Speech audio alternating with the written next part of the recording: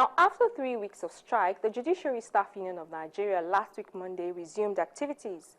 And even though things are still picking up slowly, the courts have bounced back to life. Here's our review of some of the top legal stories of the past week.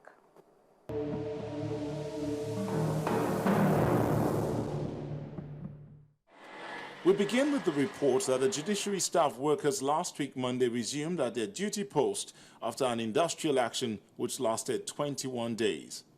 The workers had downed tools following a directive from their union leaders in protest against the refusal of the state government to obey a court order delivered on the 13th of January and which directed them to ensure that all allocations for the state judiciary should be paid directly to the heads of the state courts. Though the turnout of workers in most of the courts across the country is still very low, owing also to the fact that most of them have proceeded on their annual vacation, those who have resumed say they are happy to be back at work.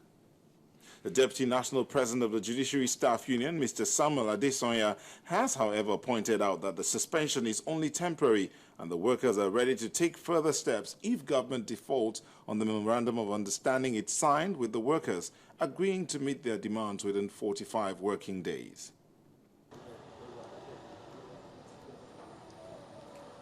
A day after the courts resumed, the Ogun State Police Command arraigned Tolani Ajayi, the 21-year-old student of the Redeemers University, Ogun State, who murdered his lawyer father.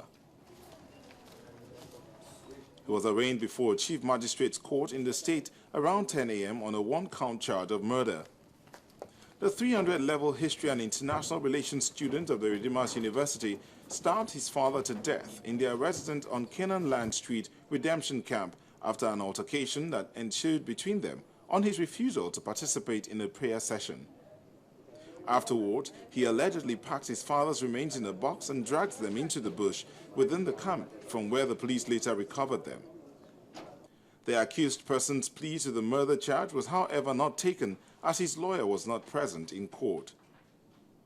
The Chief Magistrate, Mr. Bolaji Ojikutu, has ordered that he be remanded in custody pending the advice from the Director of Public Prosecution and subsequently adjourned the case till October the 10th, 2014.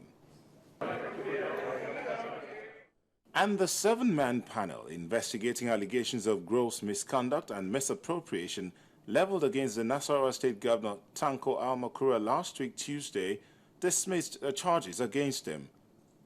The State House of Assembly had on July 14 through a resolution moved for the impeachment of Governor Almakura over a 16-count charge of misconduct and breach of the 1999 Constitution of the Federal Republic of Nigeria, and unanimously asked the State Chief Judge to set up a panel to look into the allegations. However, after the State Chief Judge set up the panel as requested, the PDP members insisted the panel should be disbanded, that they had no faith in its membership. Despite their objection, the panel went ahead to listen to the governor, who appeared before them to defend the allegations against him.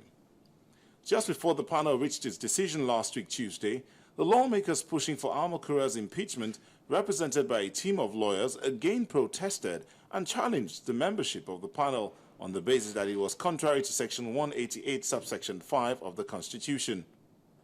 The lawyers representing the governor, however, disagreed with the lawmakers. After the panel heard the protest of the counsel to the State Assembly, it went on a brief recess. When it resumed, the panel dismissed the 16 charges against the governor on the grounds that the lawmakers had failed to substantiate the allegations made against the governor. Do solemnly swear. In Oyo State, Governor Abiola Ajimobi last week Wednesday swore in an acting chief judge of the state, Justice Munta Ladipo Abimbola, with a charge that he should convene a judicial service commission that would work out the modalities for the smooth takeoff and operation of financial autonomy for the judiciary in the state. This had been the bane of the industrial action embarked upon by judiciary workers across the country. The governor also tasked the new acting chief judge to make immediate arrangements for the commencement of the customary Court of Appeal of Oyo State. The swearing-in ceremony took place at the House of Chiefs Parliament Building Secretariat in Ibadan, the state capital, and was well attended by the colleagues of both the former chief judge, the acting chief judge, as well as their family and friends. The acting chief judge, Justice Abimbola, replaces Justice Badejoko Adeniji, who retired on attaining the mandatory retirement age of 65. On Valentine's Day. And we round off on the foreign scene, where Judge Thokozile Masipa has fixed the 11th of September to deliver the verdict on the case against Oscar Pistorius. This will bring to an end a court case that has dominated headlines around the world since the arrest of the athlete on Valentine's Day last year over the shooting of his girlfriend, River Steenkamp. Judge Masipa confirmed the date after the prosecution and defense teams wrapped up their final argument in the murder case against the athlete. In a final effort to prove Pistorius innocent, defense counsel Bayrous told the court the athlete had built up an exaggerated fear of crime and snatched the same way a victim of domestic violence would have done after years of abuse the night he shot Miss Steenkamp. Mr. Roos also argued that the athlete felt exposed because he did not have his prosthetic legs on and fired, responding to a primal instinct to protect himself. Adding that throughout the trial, the defense has painted a picture of a vulnerable man marked by tragedy after undergoing a double amputation as a child and losing his mother at a young age. Far from enjoying his status as South Africa's national hero, the defense argues that Pistorius has struggled to deal with his disability in the privacy of his home. The state prosecutor, Jerry Nell, has, however, accused the athlete of being a deceitful and appalling witness and claimed he had consistently tailored his version of events. The prosecution's case is that an enraged Pistorius grabbed his gun and intentionally shot Miss Steenkamp through a locked toilet door with intention to kill, knowing full well she was inside, following a heated argument in the early hours of Valentine's Day last year.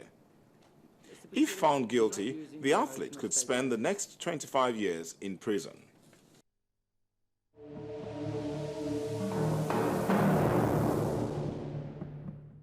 The members of the Ilorin branch of the Nigerian Bar Association are engulfed in a crisis which has divided the branch into two groups. One group is loyal to the chairman of the branch, Mr. Mobolaji Ojibara, while the other is rooting for the immediate past chairman of the branch, Mr. Rafiu Balogun. The groups are accusing one another of financial malpractices. The immediate past vice chairman of the branch accused the present chairman of issuing dot checks, unilaterally awarding contracts without following due process, and the unlawful removal of the name of the former chairman of the branch as a member of the NEC of the branch, ostensibly to prevent him from contesting as a national legal advisor of the bar at the last elections. All these allegations, he says, led to the impeachment of the present chairman by the members of the branch. One of the allegations made against him was made by the serving general secretary. Somebody they are working together.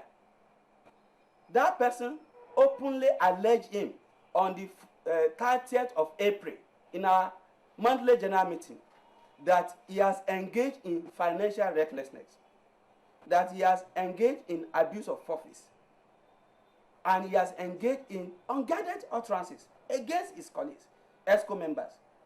Now these are the allegations. In fact, some days before the meeting that was held yesterday, that general secretary has made that allegation formal. He has written them, and one of the written that we did not know before that came to the fore was that he inflated contracts. The branch chairman, in his response, took Channels TV round the bar secretariat. He says that the immediate past chairman, Rafiu Balogun, claimed to have renovated the upper part of the building with over 15 million naira and then left behind a debt of over 7 million naira. He says it was to cover up the financial recklessness of his administration that the Rafiu Balogun-led group cooked up the allegations against him. The administration of Aru Balogun-led government left the branch in the debt of about 7.761 million naira. Of course, this was quite embarrassing and surprising to majority of members of the branch, that they felt that what could be the reason that for the first time the branch is being left in this kind of mess, financial mess. He described his purported impeachment as not effective for not complying with laid-down procedure. The notice is incompetent because it has not been competently served by qualified members of the branch. I just read section 13 of our bylaw to you now. That it says that a notice of impeachment against any officer will be sponsored by 10 financial members and seconded by another 10 financial members. This notice we are talking about was sponsored by 10 financial members and seconded by 8 financial members. So I don't even need to react to it. It's more or less like I've not been served with any notice. An urgent Congress held to suspend some members loyal to the immediate past executive of the Rafiu Balogun Group was nearly marred by fisticuffs, save for the intervention of security personnel.